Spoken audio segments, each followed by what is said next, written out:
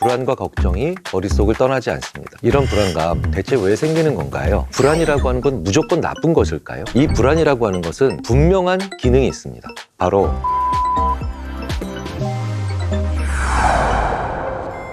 당신의 심리 읽어드립니다. 안녕하세요. 저는 심리학자 김경일입니다. 요즘 팬데믹 시대에 정말 많은 걱정들을 하고 계시죠. 저 많이 불안해요. 이유 없이 화가 나요. 여러 가지 걱정으로 잠을 이루지 못합니다. 그런데 이런 여러 가지 걱정 중에 제일 많이 하시는 이야기는 불안입니다. 왜 불안은 우리를 더 힘들게 할까요? 그리고 왜 우리는 불안을 느낄까요? 그리고 이 불안이라고 하는 것은 없앨 수 없는 것일까요? 아무 일 없는데 불안과 걱정이 머릿속을 떠나지 않습니다. 이런 불안감 대체 왜 생기는 건가요? 그리고 저만 불안한 걸까요?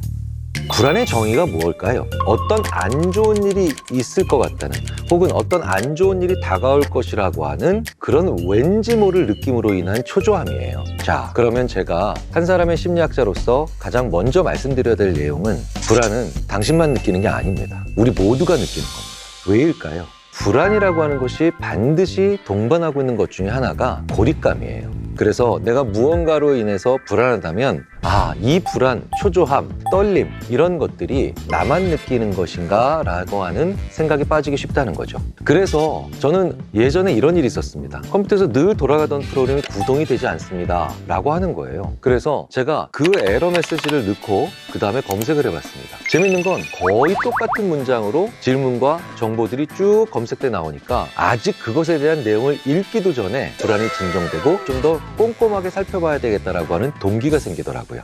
왜냐? 나 같은 사람이 많거든요.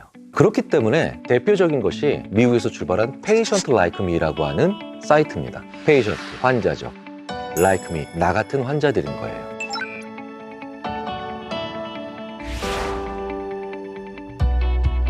처음엔 특정한 한 질환으로부터 출발을 했지만 이제 이 Patient Like Me에 가면 정말 다양한 질환에 해당하는 분들이 나와 비슷한 증상들 혹은 나와 비슷한 치료의 과정들을 공유하면서 환자가 이 질병은 나만 겪는 고통이 아니구나, 그 자체만으로도 심리적인 힐링감을 같이 가지게 되는 경우를 볼 수가 있습니다. 자, 그렇다면 불안이라고 하는 건 무조건 나쁜 것일까요?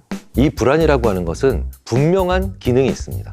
내일이 시험입니다. 그런데 아무 생각 없이 게임을 하고 있어요. 왜일까요? 불안하지 않기 때문입니다. 대학에서 학점이 좋은 학생들과 별로 좋지 않은 학생들을 비교해보면 근면성에서만 차이가 나는 게 아닙니다. 학점이 좋은 학생들이 그렇지 않은 학생들보다 불안이 적정한 수준으로 더 높습니다. 자, 그러니까 이 불안은 우리로 하여금 무언가를 하게 만들어주는 원동력이 될 수도 있다는 거죠. 그러니 불안을 없애야지 라고 하는 생각보다는 잘 지낼 생각을 하셔야 됩니다.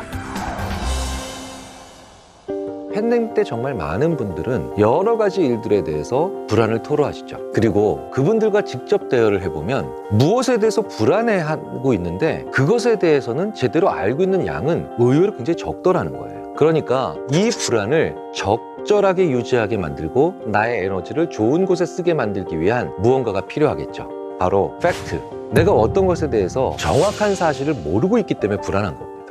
최근에 CNN의 한 앵커가 말이 안 되는 소식들로 사람들이 불안해하니까 오죽했으면 Fact First 이라고 하는 문장을 적힌 의상을 입고 출연을 했는데 이게 품절템이 됐을 정도니까요. 그만큼 우리 사회가 불안하다는 것은, 그리고 내가 불안해하고 있다는 것은 아주 객관적으로 표현하자면 사실을 잘 모르고 있다는 뜻입니다. 그래서 제가 늘 드리는 말씀이 불안은 사실로 해소되고 분노는 진실로 해소해야 된다고 말씀을 드리는 거죠. 그리고 우리를 불안하게 만드는 중요한 요소 중에 하나가 불평등입니다. 자, 어떤 게 불평등한 걸까요? 일본에서 많이 관찰됐던 사례들인데요. 별 문제가 없이 잘 살았던 부부인데 남편이 먼저 사망하고 난 다음에 부인의 행복의 정도, 삶의 질의 정도가 올라가더라는 거예요. 그래서 연구자들이 물어봅니다. 당신의 남편이 당신에게 잘 못했나요? 아니요, 평탄하게 살아왔습니다. 그런데 왜 남편이 먼저 사망하고 난 다음에 부인의 행복이 올라가는 이런 경우들이 다수 발생했냐는 겁니다. 면밀하게 연구를 해보면 바로 불평등한 관계였음을, 또 그걸 서로 모르고 있었다는 거죠. 불평등하다는 건요, 단순히 빵을 2개 먹고 다른 쪽은 4개를 먹는 것만 불평등한 게 아닙니다. 가장 큰 불평등은 서로 상의하지 않는 겁니다. 그리고 사실을 공유하지 않는다는 거죠.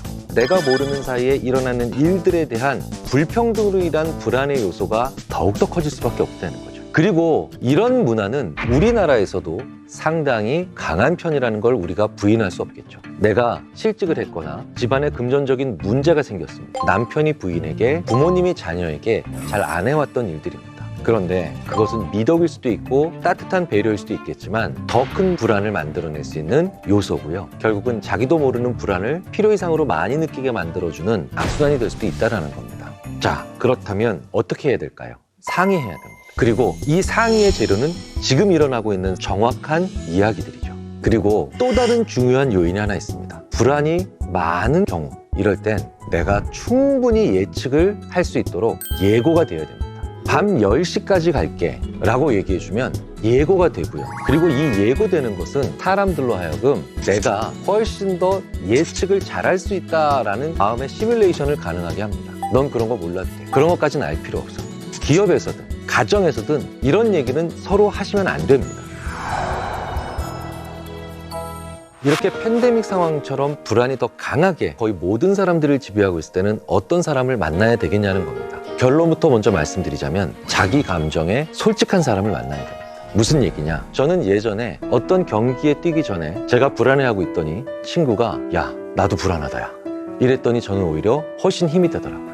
무슨 얘기냐? 불안을 없애고 싶다면, 불안을 많이 완화시키고 싶으시다면 일어난 사실뿐만 아니라 감정의 사실도 정확히 얘기해 줄 수 있는 사람을 만나야만 한다는 거예요. 긴장하지 마, 두려워하지 마 라고 하는 건 나의 긴장과 나의 두려움을 부인하는 일일 뿐 문제를 해결할 수 있는 경우는 거의 없죠.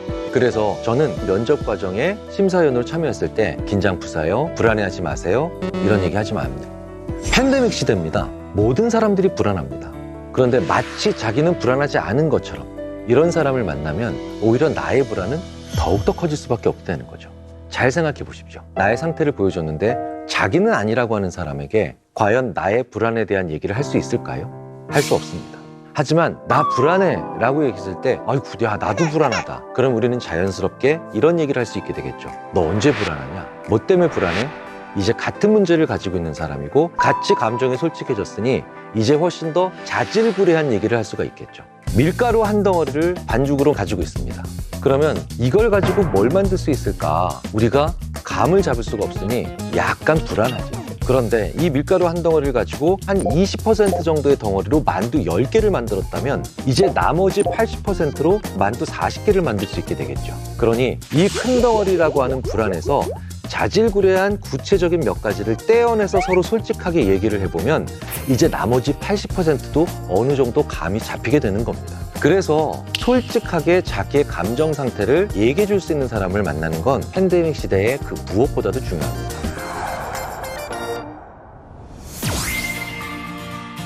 불안은 모두가 느끼는 감정입니다. 그리고 적당한 불안은 우리의 성장에 크게 도움이 된다는 것을 명심할 필요가 있습니다. 그래도 너무 불안해서 불안을 없애고 싶다면 누군가와 만나서 솔직한 대화를 통해서 내 불안 그리고 그의 불안을 정확하게 찾아내는 그런 지혜가 필요하죠.